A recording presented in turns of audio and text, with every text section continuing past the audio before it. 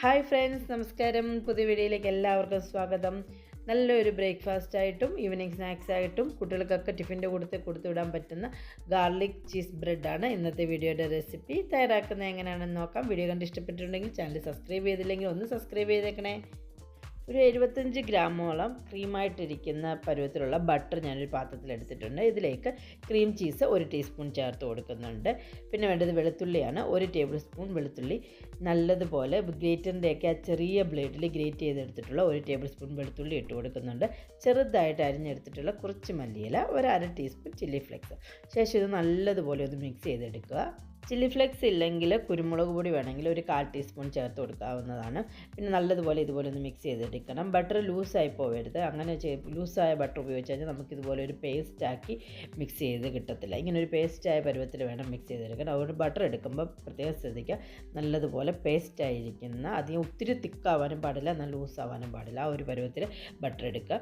നമ്മൾ മിക്സ് ചെയ്തിട്ടുള്ള ബട്ടറിൻ്റെയും വെളുത്തുള്ളിയുടെയും മിക്സ് ഇപ്പോൾ ബ്രെഡിൻ്റെ ഒരു സ്ലൈസിലേക്ക് നല്ലതുപോലെ തേച്ച് പിടിപ്പിച്ച് കൊടുക്കണം. ഒട്ടും ഇളകിപ്പോവാതെ നല്ലതുപോലെ പറ്റിയിരിക്കുന്ന രീതിയിൽ നല്ലതുപോലെ തേച്ച് പിടിപ്പിച്ച് കൊടുക്കുക. ഒരു സൈഡ് മാത്രം തേച്ചാൽ മതിയാവും. ഞാനിപ്പോൾ എടുത്തിരിക്കുന്ന ഈ ഒരു ബട്ടറിൻ്റെയും വെളുത്തുള്ളിയുടെയും അളവാണെന്നുണ്ടെങ്കിൽ ഒരു 4 ബ്രെഡിൽ നമുക്കിതുപോലെ തേച്ചെടുക്കാൻ പറ്റുന്നതാണ്.